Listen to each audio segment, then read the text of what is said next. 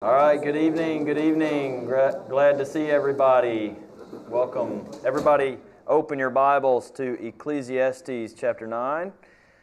Obviously, up to this point, we've covered through chapter 8, and I've just got to jump right in because we're going to cover 4 chapters tonight, and we're in the 4th discourse of the book, so there are four discourses, and so this one is really all about embracing life. So the first section of this discourse is, despite life's mysteries, life is something that should be enjoyed. We can't figure it all out, but life is something that should be enjoyed. I'd like to read beginning in chapter 8 and verse 16, which is actually really where this thought starts. Chapter 8, beginning in verse 16, says, "When I gave my heart to know wisdom and to see the task which has been done on the earth, even though one should never sleep day or night, and I saw every work of God, I concluded that a man cannot discover the work which has been done under the sun. Even though man should seek laboriously, he will not discover. And though the wise man should say, I know, he cannot discover. For I have taken all this to my heart and explained it, that righteous men, wise men, and their deeds are in the hand of God. Man does not know whether it will be love or hatred. Anything awaits him."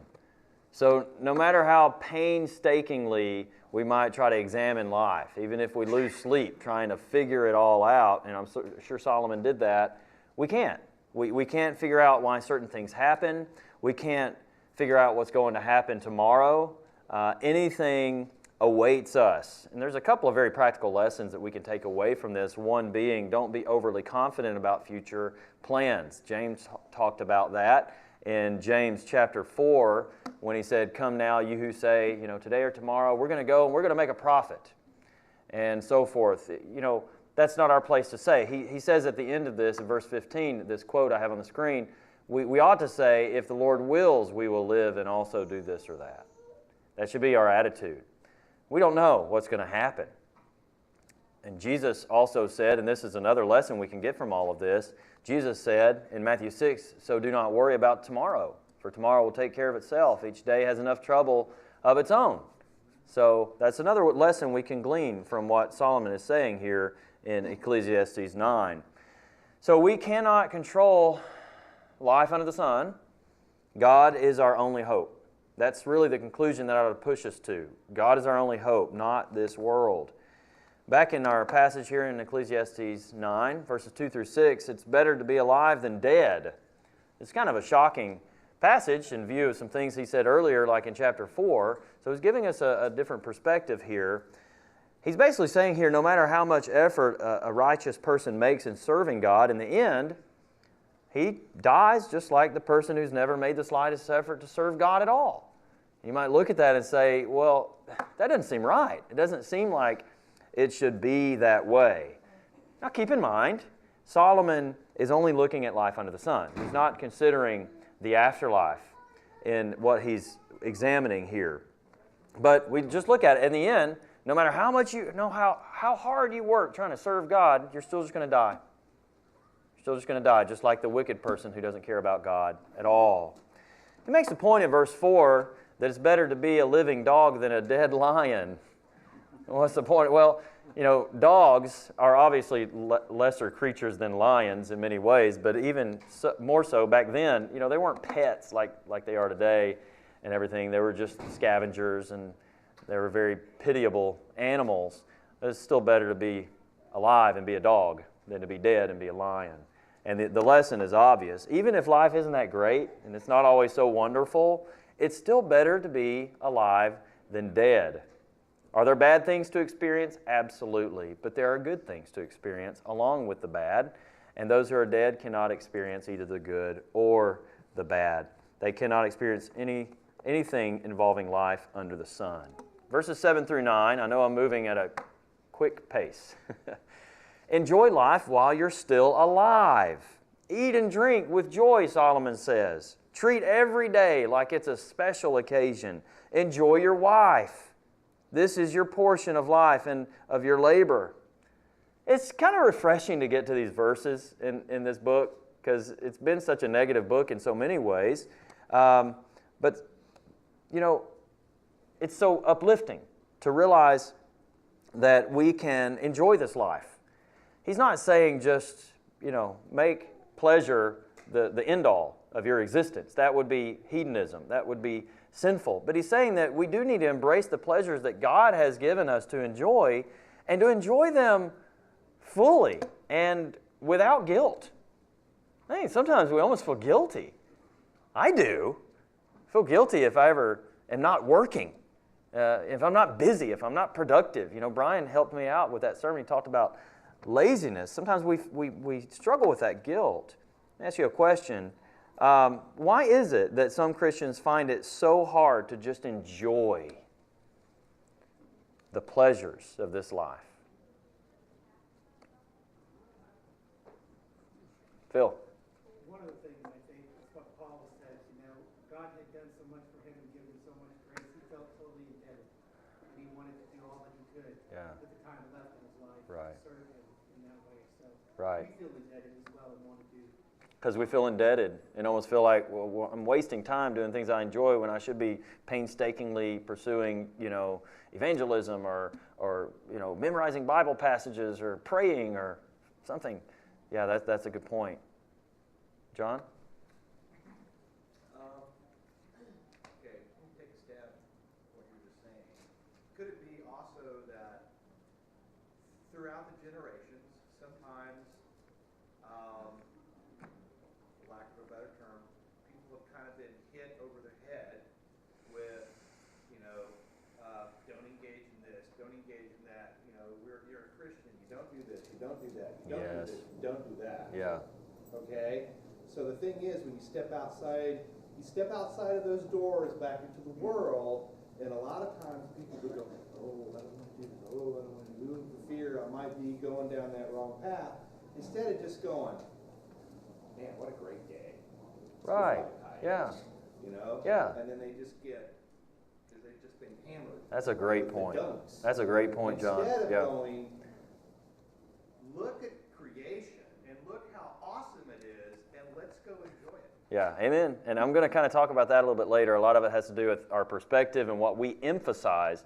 And emphasizing too much negative, then we just kind of live a negative life that we don't allow ourselves to feel any joy. That's a great point. Let's move forward now. Despite life's mysteries, this next section is, despite life's mysteries, be active, be involved in life, take part. Don't be paralyzed just because you can't figure things out. Because it can paralyze you. It really can drive you batty. Look in chapter 9 and verse 10. Whatever your hand finds to do, do it with all your might, for there is no activity or planning or knowledge or wisdom in Sheol, where you're going. Sheol is the realm of the dead. That's where we're all headed. We have a lot to accomplish in this short life. A lot to do, so we better get busy. Get busy and work our hardest at whatever it is that we're good at. And that's a blessing. And Jesus made a similar point about serving God in John 9. He said, we must work the works of Him who sent me as long as it is day. Night is coming when no one can work. There's a time coming when we're not going to be able to get anything done because we're going to be dead. So this is the time for us to be busy working in general, and in that passage, John 9, specifically working for the Lord. However, balance that. Balance that with what we just talked about. Allow yourself to enjoy the pleasures of this life as well. Verses 11 and 12, I'm going to read that back in Ecclesiastes 9. I again saw under the sun that the race is not to the swift, and the battle is not to the warriors, and neither is bread to the wise, nor wealth to the discerning, nor favor to men of ability.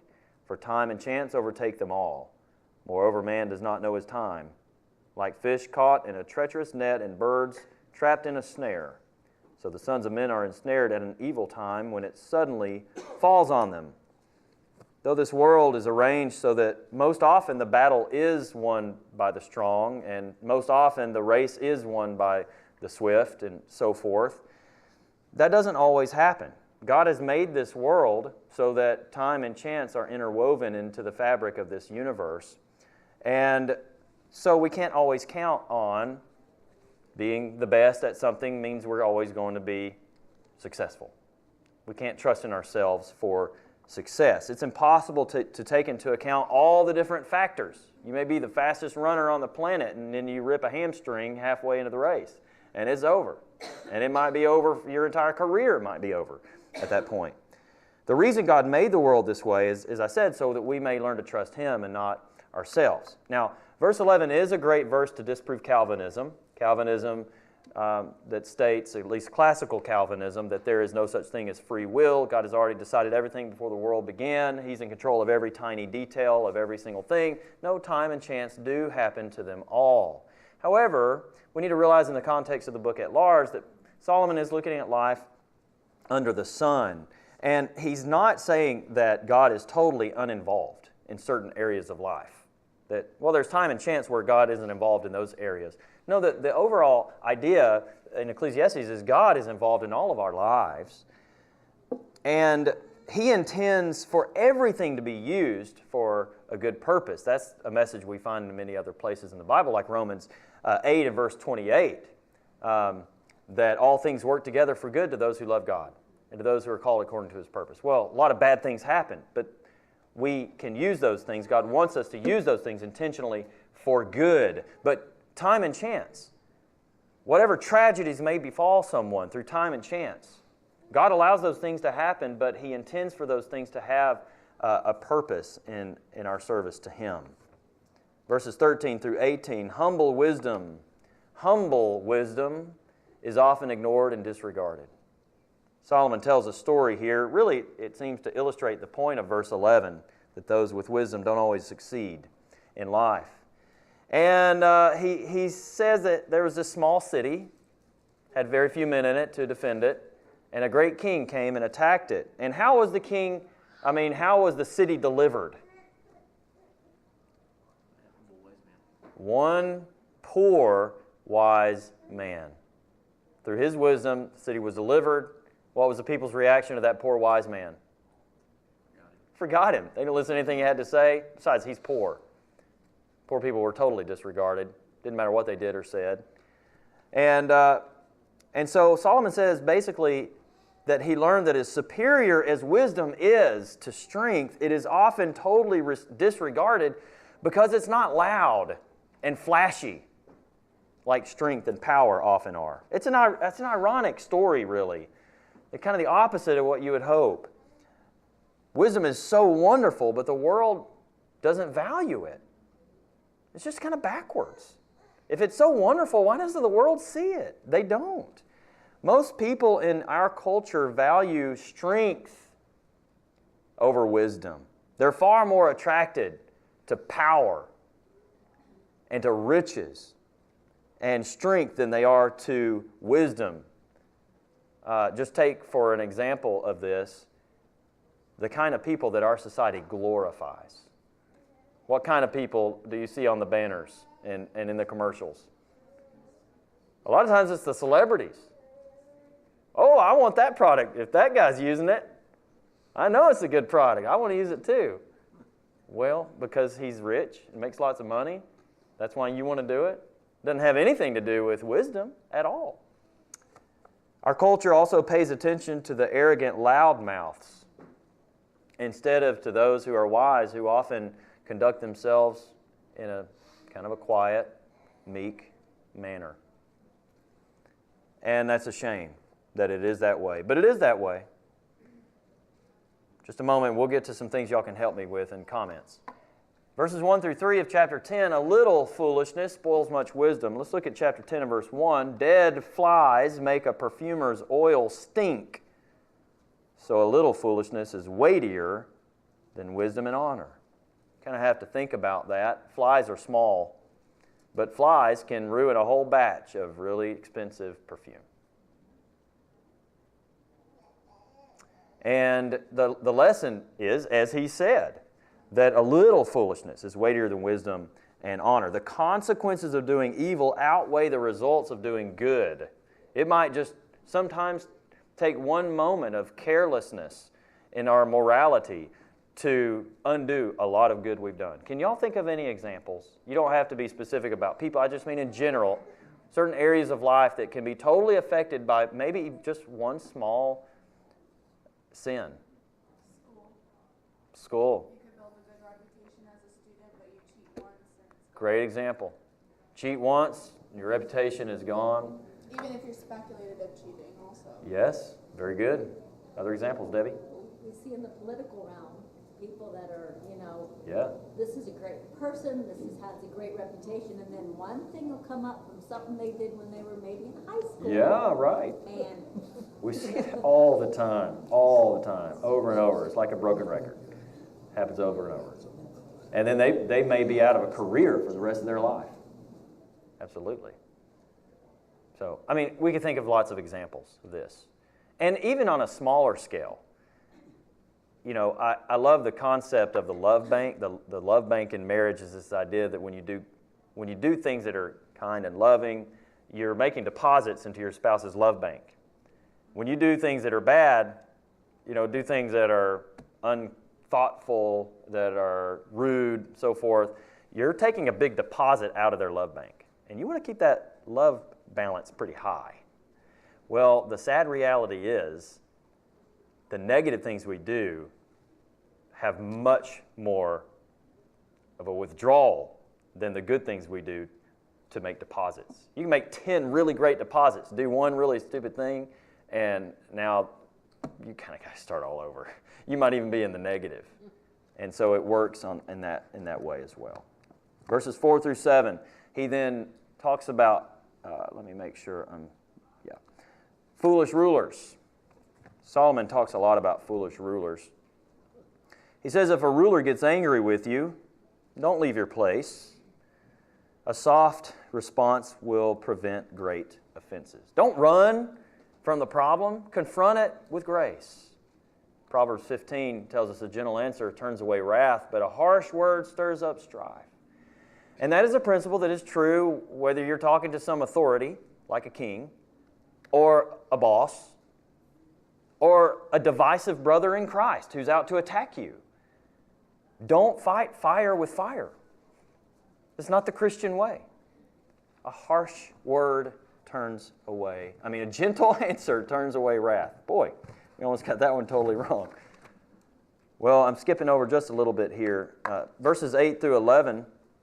Take precautions when you do a job.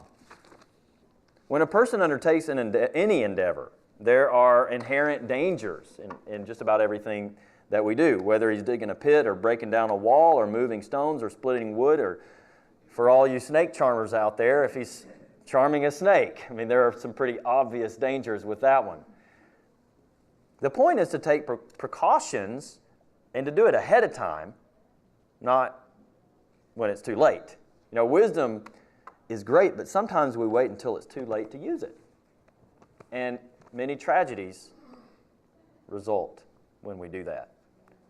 And not just physical tragedies, but we can think of all sorts of examples. Can y'all help me out and think of any examples of how sometimes we just wait a little too long to try to incorporate wisdom and then we regret it? Terry? Anytime you say I shoulda.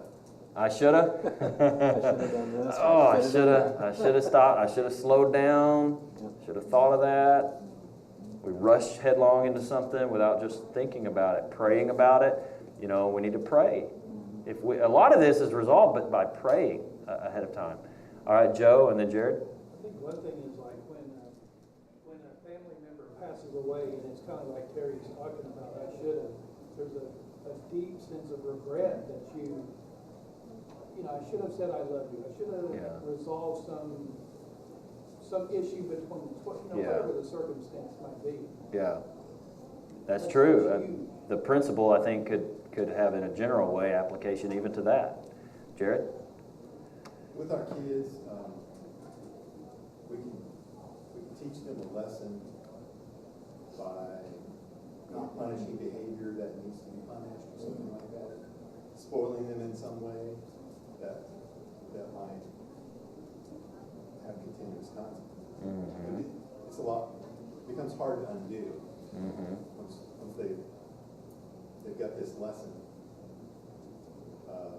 this bad lesson. Yeah. Now we got to figure out how to correct it.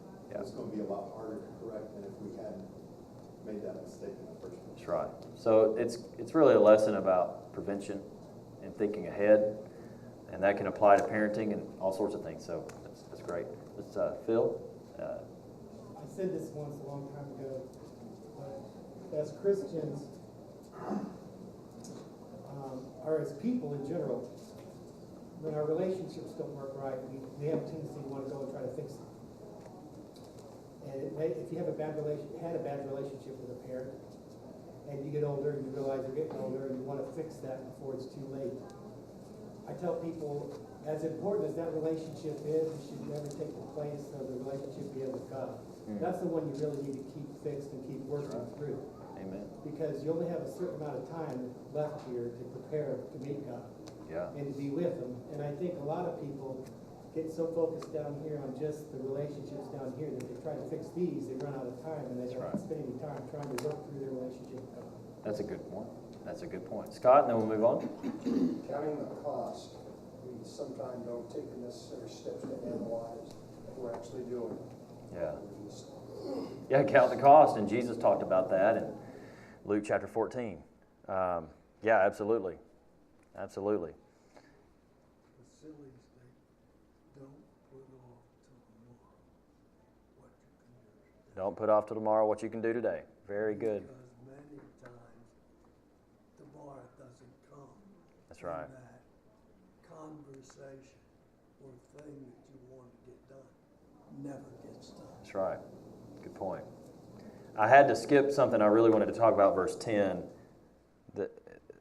This idea of sharpening that blade. It's wiser to sharpen your blade when you're using an axe and take the time to do that than it is to go out there and just hack at a tree with a dull blade. And it's just a principle of life, in the 7 Habits of Highly Effective People by Stephen Covey. The 7th habit isn't a new habit. It's sharpen the saw. That takes work. And we need to know that as Christians. But I wasn't going to talk about it, and there I went. I talked about it. So verses 12 through 15, a fool's speech and labor. Here he basically says the fool just runs his mouth too much and would have been better off if he had said nothing. He ruins himself. He destroys himself because he doesn't know when to close his mouth. Well, I can't really add much to that. It's pretty straightforward. Then he goes right into talking again about foolish rulers. And maybe there's a connection. In verses 16 through 20 there, he says, "Woe to a nation with a childish king and hedonistic rulers who love drinking and partying and think money solves all the problems. Blessed is a nation who has wise rulers. Laziness leads to ruin." That's a summary of those verses. By the way, let me say, it is helpful to learn how to summarize. You don't understand something until you can summarize it in a few short sentences. So I encourage you to try to exercise that. But, this is such a good passage to remind me of what Paul told Timothy to do. I believe it's in 1 Timothy 2, to pray for all men, but specifically he mentions praying for our rulers and to pray for them that they have wisdom and don't lead like this. In verse 20 of chapter 10, let's read that. Chapter 10 and verse 20, "Furthermore, in your bedchamber do not curse a king, and in your sleeping rooms do not curse a rich man, for a bird of the heavens will carry the sound, and the winged creature will make the matter known." Such a fascinating verse here. Often we think nobody's going to find out when we gossip about them in private. And somehow they find out. And we go, how did that person find that out? And in fact, if a person finds out something and you didn't expect them to, and you say, "How'd you learn that?" What do they sometimes say? "A little birdie told me." Guess where that comes from? This very verse. That very verse. Yeah, absolutely. So the lesson for us is not just regarding kings or rich men, but anybody. Be very careful what we say about people behind their backs, because they can end up finding out when you didn't expect it. Chapter 11, verses 1 through 6, the message here: in life, do not hold back. So in verse 1 of chapter 11, a well-known verse, "Cast your bread on the surface of the waters." Some versions say, cast your bread on many waters, for you will find it after many days. This is likely language about maritime trade. I always say that word wrong. Maritime. I think I said it a little better that time. And so Solomon had a navy. He would send his ships out. They would go as far as Tarshish and maybe not make it back for a few years. But they would come back with much wealth. And it seems like that's the basis for this language here. The lesson is pretty simple. We simply cannot foresee all the effects an action may have over the course of our lives. So we just need to work hard, try different things, be generous to others, and it will come back to you. That's essentially what this passage is saying. It will come back to you in one form or another. If you try to wait till conditions are perfect, he goes on to say, like a farmer waiting for the weather to be perfect, which, by the way, is totally unpredictable. If you wait till, everything's perfect to do your sowing and then do your reaping, you're never going to do anything. We might say if you wait till the planets are aligned, it's never going to happen. And so the lesson is just do it. Just work. Does that mean sometimes you're going to fail because conditions aren't perfect? Well, yes, but don't let that stop you from doing it anyway.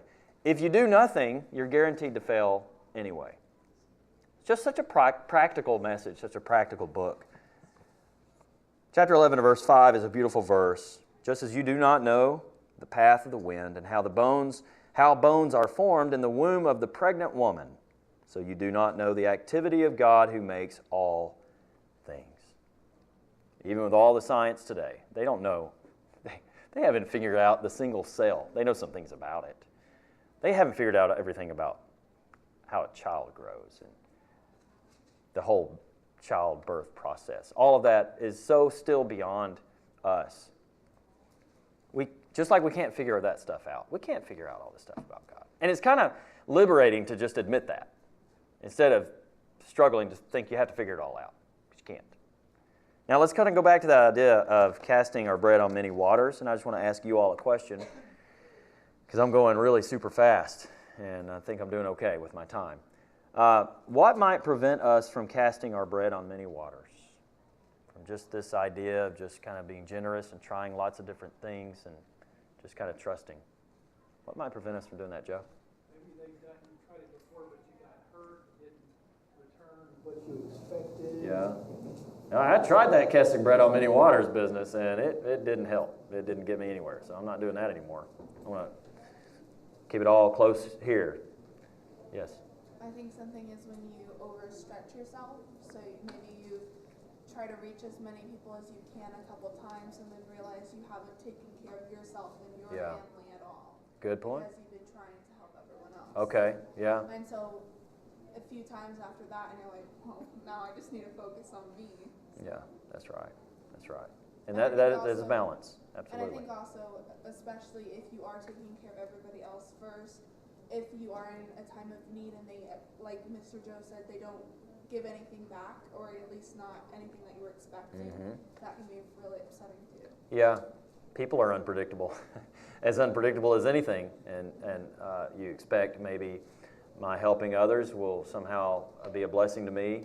That's maybe not why you do it, but you work hard and try to help others, and nothing good comes in return. I will say, however, generally speaking, people have a very strong sense of reciprocity, and if they've been treated well, people in general tend to respond well to that.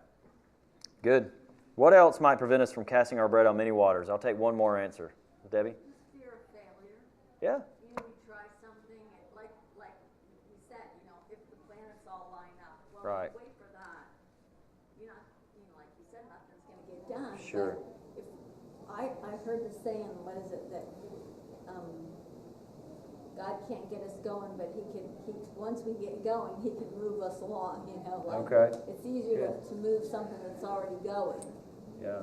So we just need to be working at something, Sure. People that don't have a job and you can't find a job, then I say, then go volunteer somewhere. Yeah. Because somebody will see you working hard and may say, hey, you're a great volunteer. I got a job for you. Yeah. But do something, just Bump into stuff. Get out there. Get busy. Yeah, and fear of failure is such a common fear, and we may not even realize it. And I do a lot of reading on self-motivation and personal growth and those sorts of things. And personal failure is it's such an inhibitor of us doing anything. We like to do what's safe. And casting our bread on many waters doesn't feel safe because that bread's going out. It's like, bye, hope you come back, And God has a way of taking care of us in that circumstance. So let's turn our attention now to this third section of this discourse. Live well in view of what's coming. In verses 7 and 8, he's saying, enjoy the good days while they last. In other words, there's bad days coming when you get older. So enjoy the days that are good while you're still young enough to enjoy them.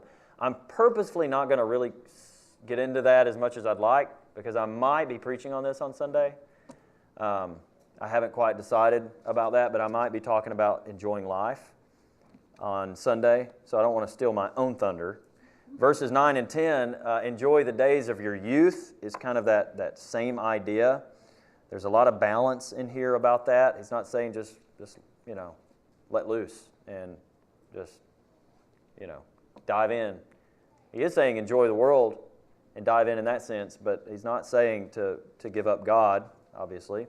This next little subsection here, chapter 12, 1 through 7, remember your Creator in the days of your youth, before the decline of your body and of your mind, when you no longer enjoy the things of this life, before your body returns to the dust, before your spirit goes back to God who gave it. We need to be careful about reading too much into, Solomon's talking about the afterlife. Solomon is viewing this life under the sun in this book. But he is talking about the importance of remembering the Lord.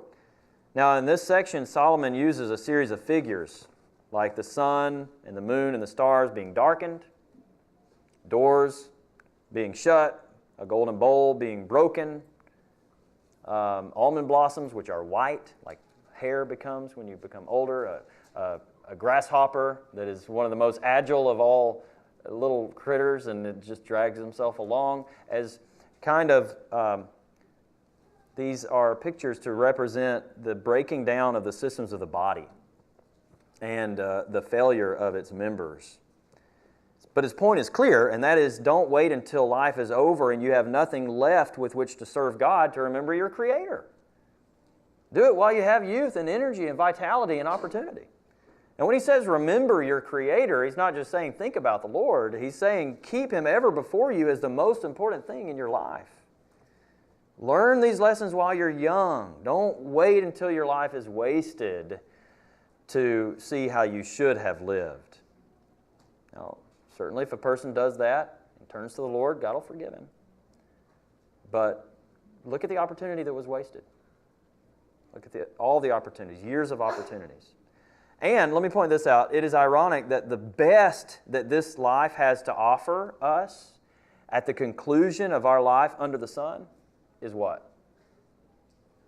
Pain and difficulty. That's pretty vain. That's pretty futile. What should that drive us to do? Serve the Lord. This life isn't going to get us anywhere in the end. It's just going to lead to more difficulty. And I have so much respect for those who are living those difficult years, gracefully serving the Lord. And we often don't realize, as who are a little younger, at what they go through, what some of y'all go through, and the pains that you go through just to do life on a daily basis. It's a thing to be honored. It's a thing to be respected. But you can maybe relate to some of the things here in a way that some of us can't relate to yet. Now, many young people see serving God as a killjoy. I don't want to do that. I want to have fun. What would you say to somebody who said that? What would you say to some kid who just thinks, that's just boring and dumb, I just want to have fun, and I don't want to do all this Christianity stuff. I want to have fun in life. What would you say? Ma'am? I didn't hear you. You're very short-sighted. You're very short-sighted. You're not looking to Okay. long-range plan. That's good. It is short-sighted. I mean, it comes from a place of understanding, though, because if you approach a kid and be like, oh, you're short-sighted, you don't understand the rest of life, they're going to be like, I don't care, let me have fun now. Let me ask a question. But if you come from a place of, Yeah, oh, that's I right. understand where you're coming from, That's right. but this is what's going to happen, and then calmly explain it to them and say, I understand, I was you once, Yeah, I get that. yeah. But this is how That's a it good point. changed. So, we can have plenty of fun. Young people can have plenty of fun without doing bad stuff. In fact, and we kind of talked about this, I think, on Sunday. Yes, God requires us to live within His perimeters of His will. But He does that for our benefit as well. It's good for us to do that. And our life will actually be more blessed if we live that way. We can enjoy life more. And just look at how people's lives are ruined by sin all the time. So I like to encourage young people to know you can have plenty of fun as a young person without doing wicked things. Final conclusion, verses 8 through 14. So let's read verse 8 first. Vanity of vanities, says the preacher, all is vanity. When did he say that before here? Very beginning, chapter 1 and verse 2. So he's come back full circle. He's kind of indicating here that he's ready to kind of wrap things up. And now we don't just see that statement, but we see all of the evidence that he gives to back up that statement. When the book started, you might have said, vanity of vanities, boy, that just sounds negative. Solomon? And now we're going, yeah, I agree. Life under the sun it's wind. I think that what under the sun. Life under the sun, right. Is more to this. That's right. Than under. That's right, and that's where he's going, isn't it, Mr. Bill? He says in verses 9 and 10 that, and he speaks of himself in the third person, that he's a sage that has really worked hard to find this wisdom and teach it. He's not just anybody. He's got credibility. We need to listen to what he says. And then in verses 11 and 12, the words of wise men are like goads, and masters of these collections are like well-driven nails. They are given by one shepherd. But beyond this, my son, be warned. The writing of many books is endless, and excessive devotion to books is wearying to the body. I used to love that passage as a kid because I hated reading books. But he's not just saying that. He's saying, make sure that the kind of things you're wanting to learn are true wisdom. Don't waste your life studying stuff that's just a bunch of stuff that's no good, which there's a lot of that out there, isn't there? And he calls these words of wisdom like a goad that moves an animal in a certain direction. Aren't goads kind of painful too? The words of the wise are like goads. They move us in the right direction, and it might be painful. And they're given by the one shepherd. Who's the one shepherd? Now, in this context, it's God. It's Jehovah. It's Jehovah, I think, that's being referred to there. And also the words of wisdom are described as nails that are firmly in place. Well-driven nails. They're not going anywhere. The words of God are stable. They will not change. They are reliable. And then we come to the grand conclusion, 13 and 14, the conclusion when all has been heard is fear God and keep His commandments. Because this applies to every person. Some versions say this is man's all. For God will bring every act to judgment, everything which is hidden, whether it is good or evil. Sometimes we treat it like this is the only time the book says this. It's not. This may be the clearest time that he says it, but he's made these points throughout the book. But now, what a perfect way to summarize the point that he's trying to come to in talking about the meaninglessness of life under the sun. It is meaningless. That can be changed. The world is bent. It can't be straightened out. Therefore, serve God. Seek for something better than what we have in this life and enjoy what we can that God has blessed us with in this life. There's a perfect way to end the book by reminding us that one day we will all stand before God, and that our only hope of any profit in the end comes not from this world, but from being right in the sight of our Creator and the one who is beyond the sun. Hope the study of Ecclesiastes has been helpful. Sorry, we're out of time. Please read through page 219a for Sunday, and Brian will be starting us off in the Song of Solomon. So look forward to that.